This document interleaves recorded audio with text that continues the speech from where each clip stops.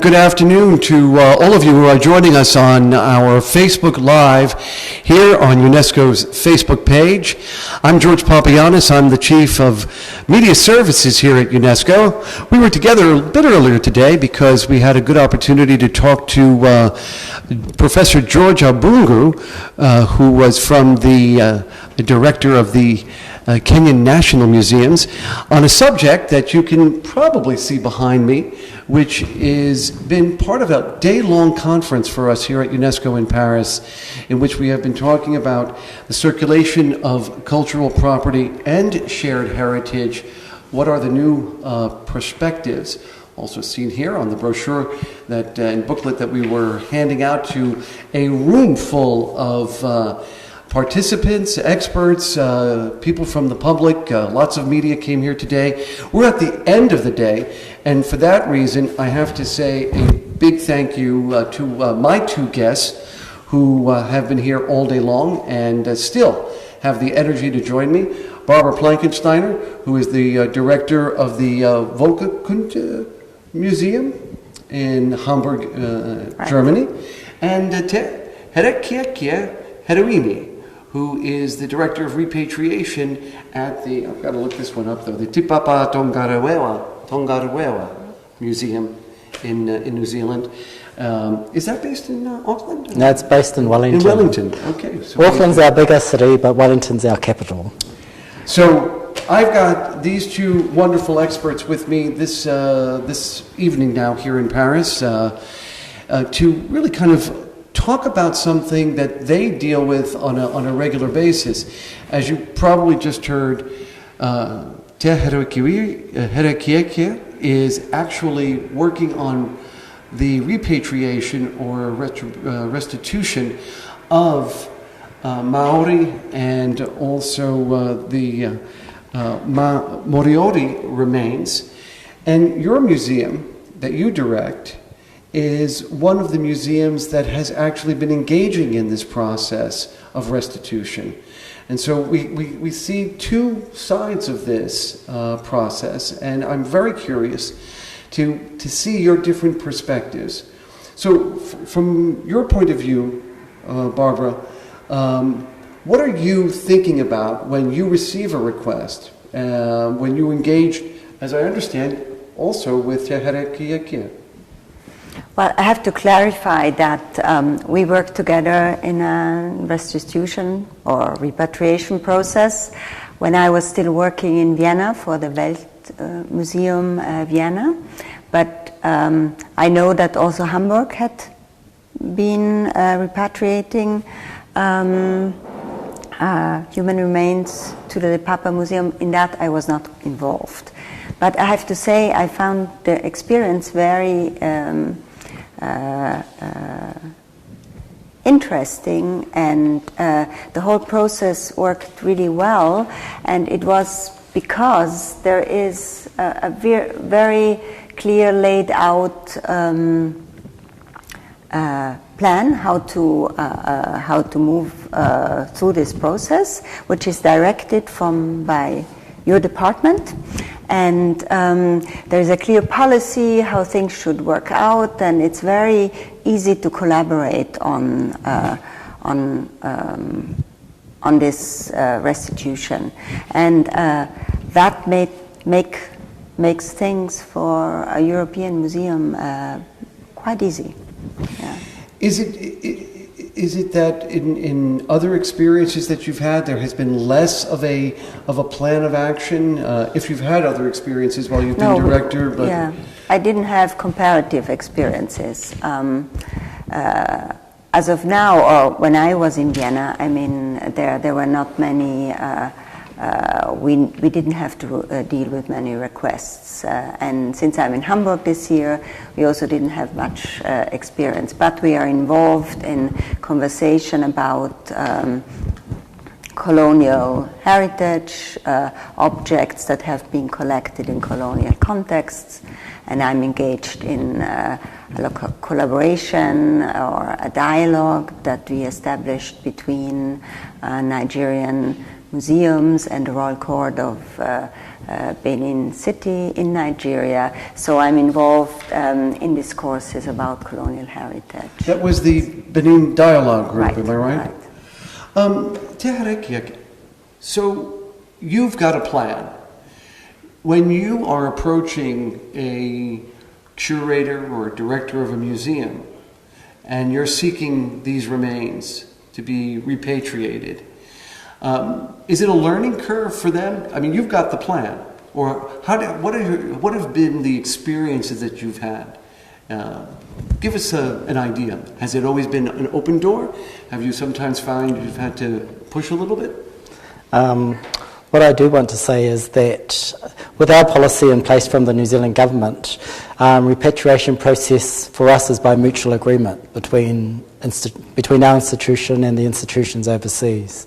So we go with a plan of wanting our ancestors back, but we know we have to be respectful and also approach the institution with dignity as well, because that's what our ancestors would expect us to do. Part of the shift for museums, European museums, North American museums, is around their thinking around, in the past they used to think ancestors as a mere object. To us, they've always been our ancestors. To us, we've always had a connection spiritually, culturally to our ancestral remains. But for the museums in Europe, they were just objects, like a table. Nothing more than that.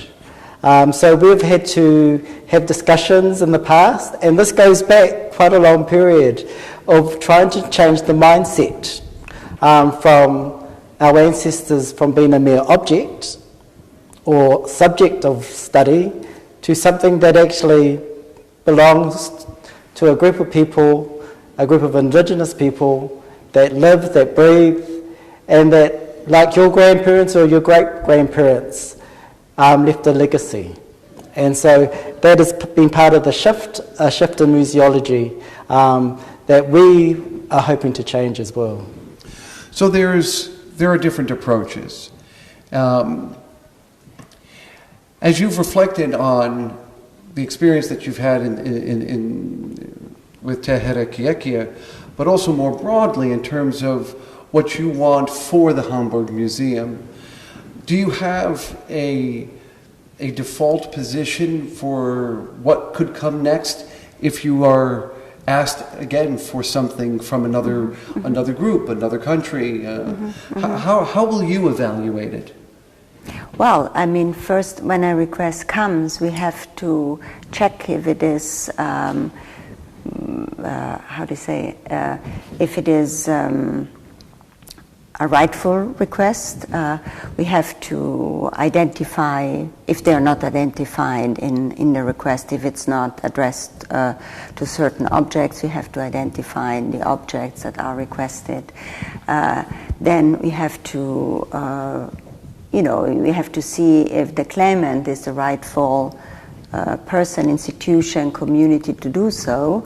And if we know that the collection or objects that are addressed with this request have been unlawfully taken or forcefully taken under conditions or that we would consider unlawfully, then we would have to report that to the owner of the collection, which in our case in Hamburg is the city of Hamburg, and make a case, and they have to agree that we would return these objects. Yes. So we had a case recently in Hamburg that two gravestones from Korea in our collection, we realized that they have been illegally exported and ended up in our collection.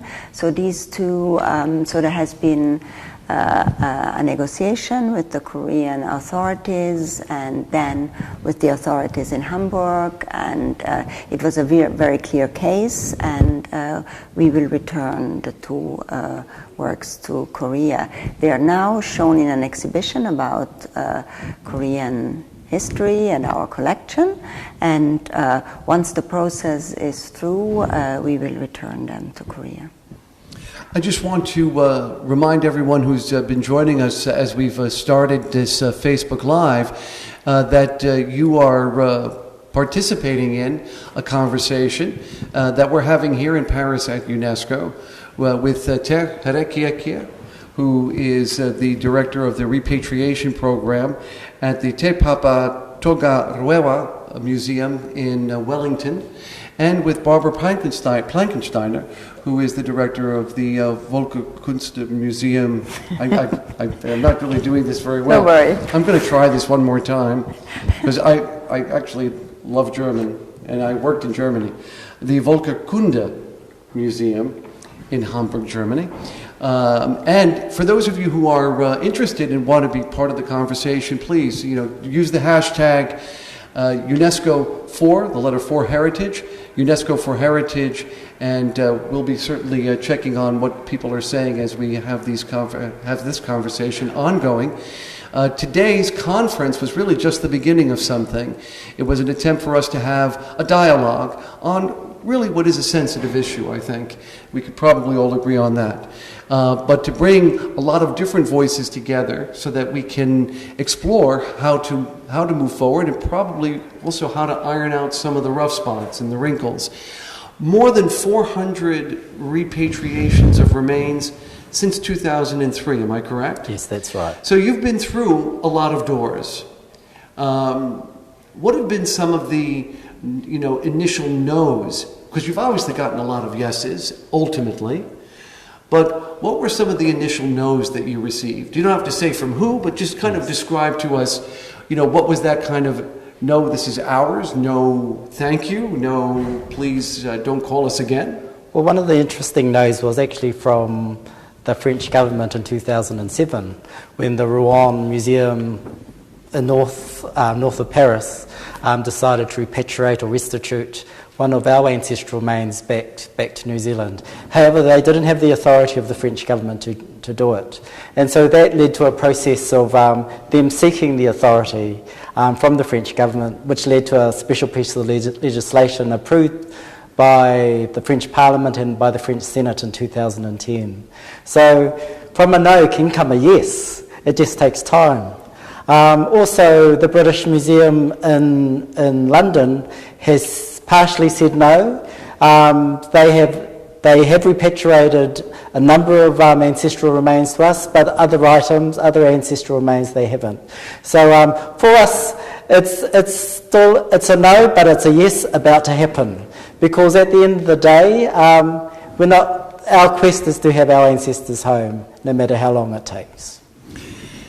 You mentioned that the city of Hamburg had to be briefed on the example that you gave us just a minute ago, and Te Herekiekie was also talking about the role that the French Parliament essentially had to take in the repatriation of some remains, which means that there's an additional, I guess, burden in a sense.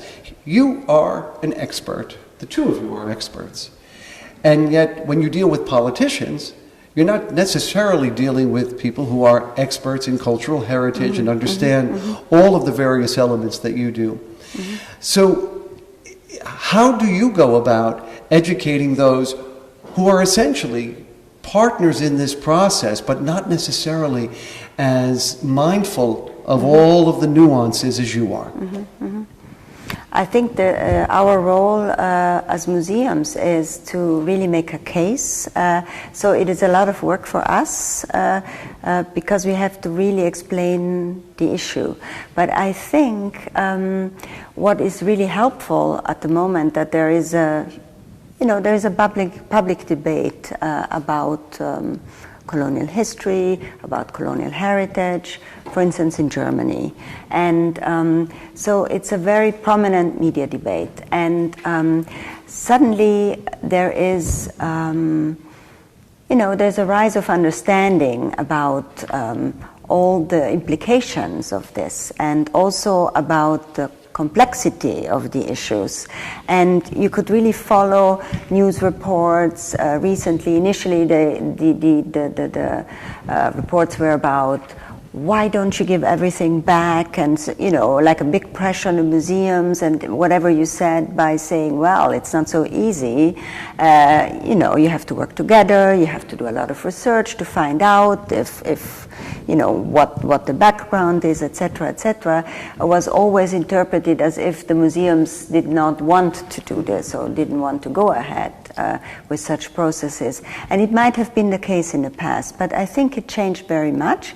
And even now, since there is this very intensive debate, there is also, even in the media, the reports are much more nuanced, and they understand and write about the complexity of the matter.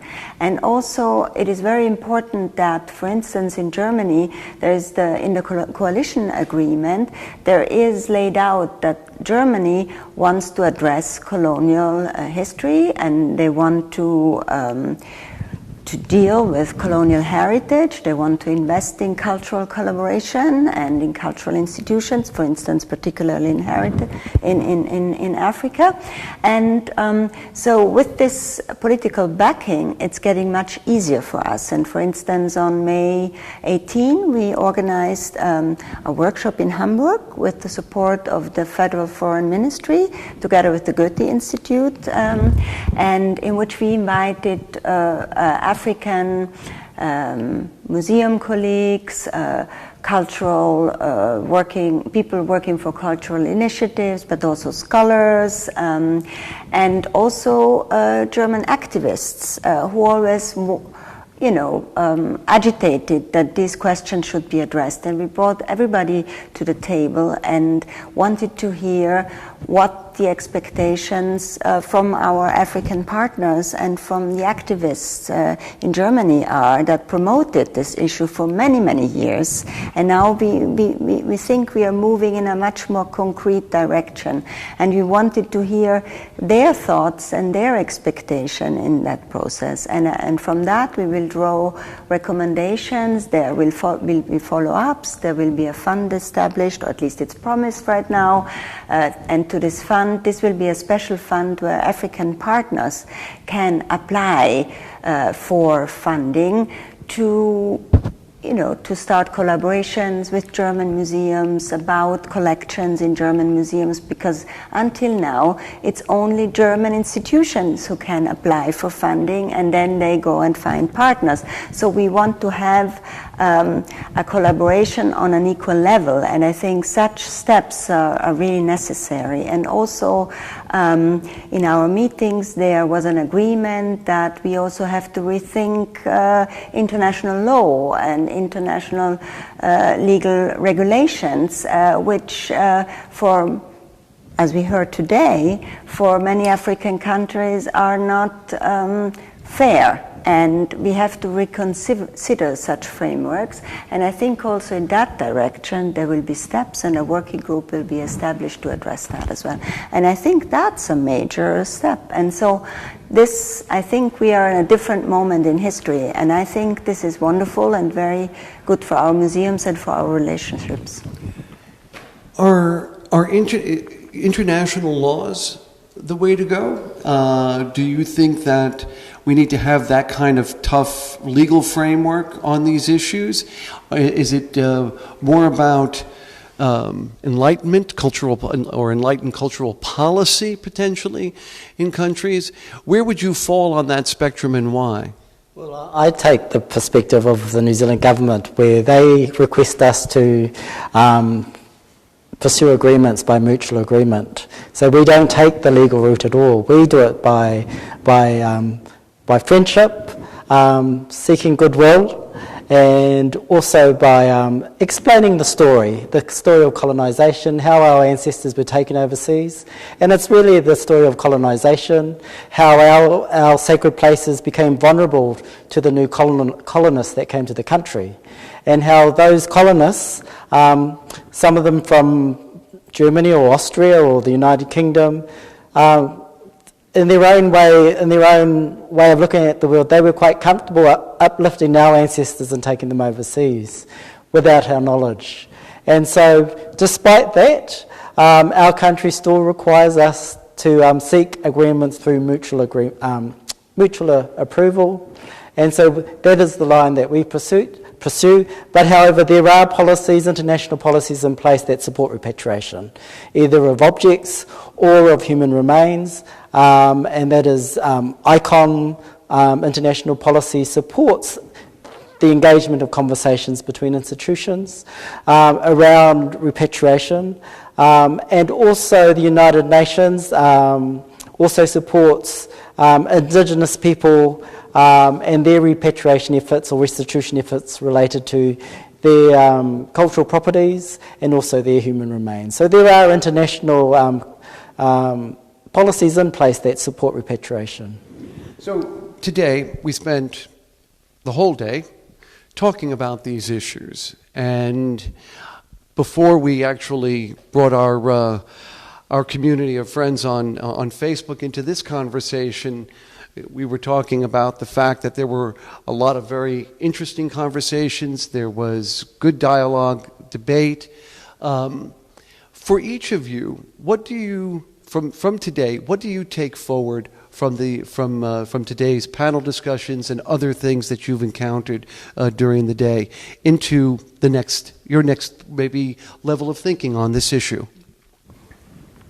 I think it's both things that we addressed. I think it's this mutual agreements and collaboration that is necessary, and which has been mentioned also, the building of trust, to restore dignity and appreciation for the values of others. And that, I think, is one part of the story, but also since, museums are embedded in our national institutions or federal institutions, they are part of a legal system, or